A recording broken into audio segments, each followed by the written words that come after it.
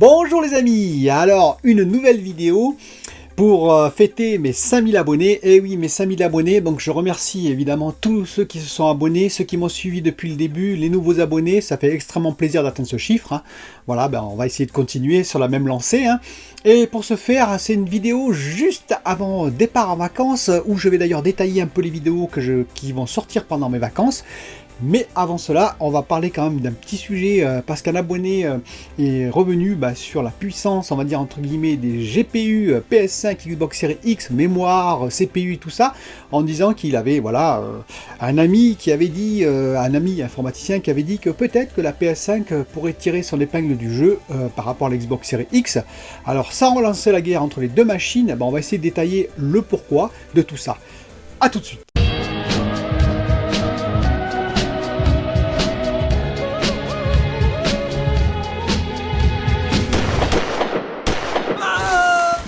Donc pour commencer, je vous ai préparé quelques vidéos vacances comme j'ai déjà expliqué, hein. Elles vont sortir le vendredi et le lundi. La première va sortir ce vendredi, elle va parler de la comparaison Xbox One X, Xbox Series X. Une autre sortira lundi pour dire pour laquelle choisir entre la PS5 et la Xbox Series X. Donc vous verrez, j'ai pris des positions, on va dire, un peu différentes en fonction du type, du profil du joueur.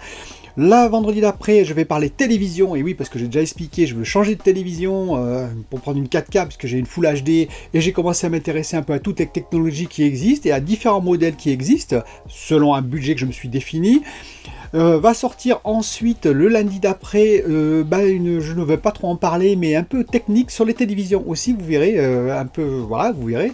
Et ensuite, le vendredi d'après sortira sur des jeux qui me hype, mais plus dans le futur, on va dire, vous verrez, quelques jeux qui m'intéressent fortement. Et j'aimerais bien sûr avoir votre participation sur toutes ces vidéos.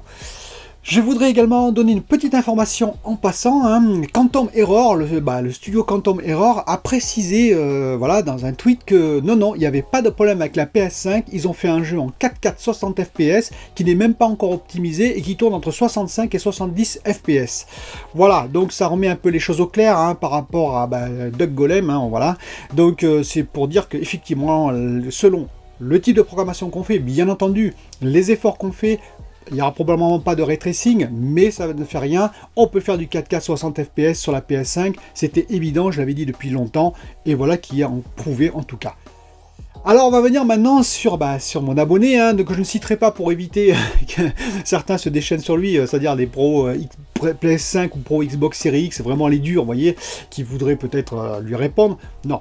C'est à moi que vous allez répondre. Je précise dans cette vidéo, bien entendu, que je vais faire de la vulgarisation, hein, je ne vais pas aller dans le détail. Vous pouvez d'ailleurs faire des précisions, voire des correctifs. Hein. Moi, je ne détiens pas la vérité absolue. Hein. Je prends des faits, bon, j'ai un certain passif en termes de technique, mais je suis loin de tout connaître, contrairement à ce que certains apparemment pensent, puisque après, je me fais sabrer par certains sur certains détails. Voilà.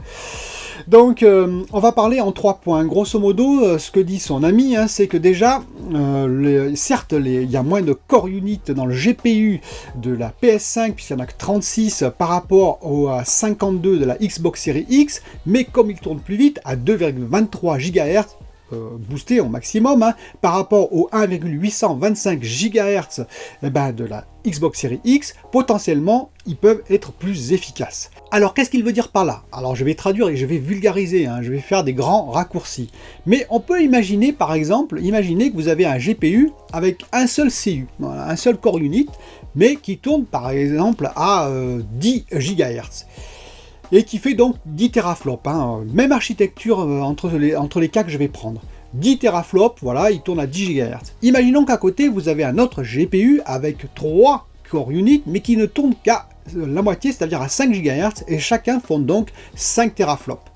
En théorie, donc le GPU avec les 3 core units ferait 15 teraflops. Et oui, puisque voilà, 3 fois 5.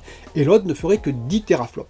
Donc, en théorie, si on injecte dedans un jeu, par exemple, hein, et que tous les core units sont bien activés en même temps, eh bien oui, on va dire le GPU avec les 3 core units sera plus efficace, car le GPU avec le core unit tout seul, à 10 teraflops, quand il sera saturé, il va devoir attendre pour traiter de nouvelles informations, que les anciennes informations soient vidées. Et donc l'autre, il peut répartir les informations sur les 3 core units, et donc il peut traiter potentiellement 50% de plus d'informations dans le même temps.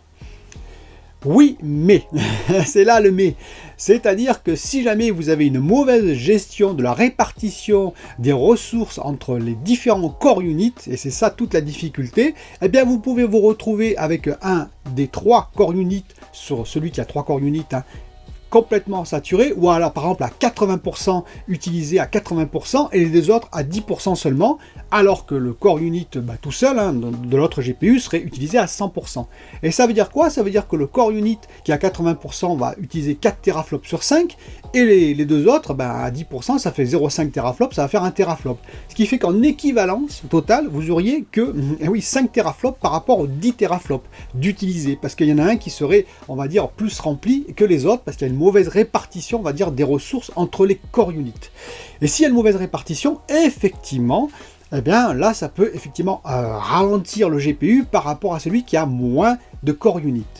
Oui, mais vous pensez bien, je ne vais pas répondre à la question la PS5 comme elle a moins de core units mais qui tourne plus vite, elle va traiter plus d'informations que la Xbox Series X. Ben non, parce que déjà, est-ce qu'il y a une mauvaise gestion, une mauvaise répartition? On n'en sait absolument rien. Je veux dire, c'est optimisé. On va dire les drivers des 2 GPU, PS5 et Xbox Series X, j'espère quand même qu'ils sont optimisés. Donc on verra. Ça dépend vraiment des cas, ça dépend des cas de programmation, ça dépend de plein de facteurs. Et puis la PS5, elle a quand même 36 core units, elle n'en a pas qu'un seul, donc ça veut dire qu'elle aussi, elle peut avoir un problème de répartiteur, c'est la même chose. Donc là, on ne peut absolument pas répondre, c'est-à-dire qu'effectivement, on verra en novembre, parmi les premiers essais, est-ce que les 2 GPU des 2 consoles ont bien des bons drivers qui permettent de bien répartir les charges entre tous les core units, ce que je pense. Mais on verra en novembre. La deuxième problématique qu'il a posée, il a dit oui, la Xbox Series X possède effectivement une mémoire sur 10 gigaoctets beaucoup plus rapide, beaucoup plus rapide c'est un peu exagéré, mais plus rapide, de 560 gigaoctets par seconde, en termes de bande passante, alors que, et ensuite le reste c'est à 336, si je ne me trompe pas, gigaoctets par seconde, c'est-à-dire les 6 gigaoctets restants. Mais la PS5 a un avantage, c'est qu'elle possède 16 gigaoctets à 448 gigaoctets seconde. Ce qui permet, on va dire, une répartition totale pour le GPU. Oui, mais là aussi, je dirais, c'est très... Enfin, on va voir l'efficacité, parce qu'effectivement, on peut dire que le GPU n'a que 10 gigaoctets de disponible, on va dire, à pleine vitesse, certes sur la Xbox Series X, mais il ne faut pas oublier que de toute façon il faut charger le système d'exploitation, et c'est pas gratuit, je pense que ça prend plusieurs centaines de mégaoctets, pour pas dire 1 gigaoctet, avec tout le système, vous voyez, avec toute la navigation et tout ce que vous voulez, qu'il y a tout ce qui est, on va dire, son, et son c'est énorme, si vous avez le Dolby Atmos ou alors le Tempest d'un autre côté, ça va pas être gratuit, que vous avez la gestion aussi de tout ce qui est CPU, et le CPU il est à part, donc on verra, j'en parlerai après du CPU, bref. Les gigaoctets qui sont de côté pour la Xbox Series X vont servir à d'autres choses. Alors est-ce que les 10 gigaoctets suffiront ou pas? Est-ce que ça va être un goulot d'étranglement ou pas? On verra. Ça, je ne peux pas répondre non plus. Est-ce qu'il y a 12 gigaoctets qui sont utilisés? Est-ce qu'il y en a 14? Je pense que ça a été optimisé pour les 10 gigaoctets. Comme c'est sur les cartes graphiques, vous avez vu, il y a 8 gigaoctets, ou 16 gigaoctets, ou 11 gigaoctets. Par exemple, sur la RTX, je crois, les RTX 3080, il y aura 11 gigaoctets de mémoire. Il n'y en aura pas 16, vous voyez ce que je veux dire? Donc, voilà, 10 gigaoctets, ça peut suffire largement pour la carte graphique et ça peut ne pas être un goulot d'étranglement. D'autant plus que je vous rappelle quand même que sur la PS5, aussi bien que sur la Xbox Series X, on a des super SSD, on n'a pas des tortues, et ça permet donc de vider plus rapidement la mémoire pour remplacer par de nouveaux éléments, puisqu'il n'y a plus besoin de charger par exemple durant 1 minute toute la scène. Non, on pourra charger par séquence de 10 secondes, voire même de 3 secondes, on a vu avec les essais, la présentation de la PS5, et donc ça permettra de rafraîchir plus facilement la mémoire pour qu'il y ait de nouveaux éléments disponibles pour le GPU, et pour le CPU aussi. Donc ça, je dirais non, je n'y crois pas trop, mais à vérifier bien entendu. Dernier élément qu'a cité l'ami de l'abonné en question, c'est le CPU, en disant que voilà, il était à 3,5 GHz, mais à fréquence variable, qui pouvait peut-être communiquer avec le GPU.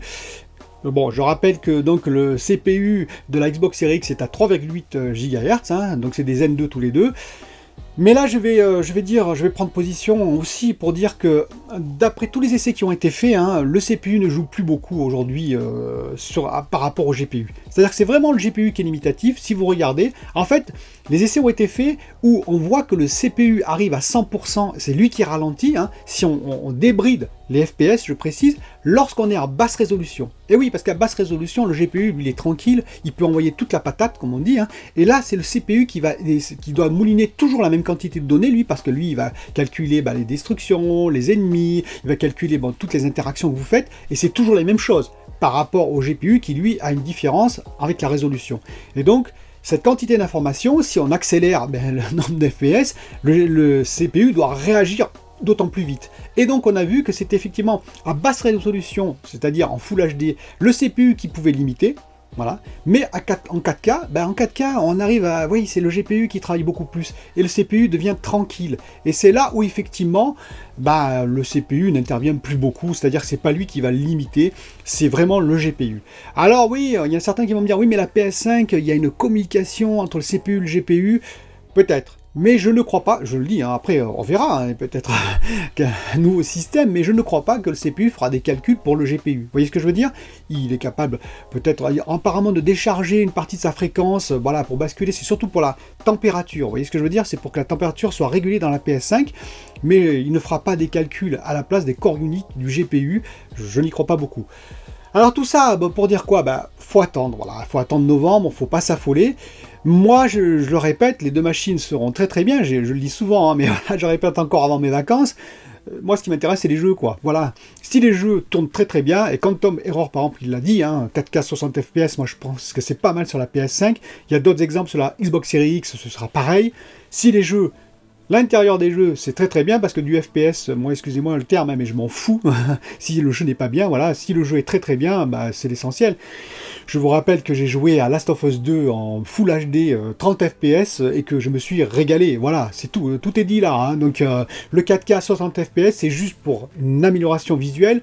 Ça peut aider à l'immersion, mais l'essentiel, c'est le jeu, c'est le background, c'est l'histoire, c'est le gameplay, c'est tout ça, quoi. Et le reste, on prendra ce qu'il y aura, mais entre guillemets, moi, l'essentiel, c'est d'avoir des très très bons jeux. Je vous dis à bientôt pour une autre vidéo. Bye bye.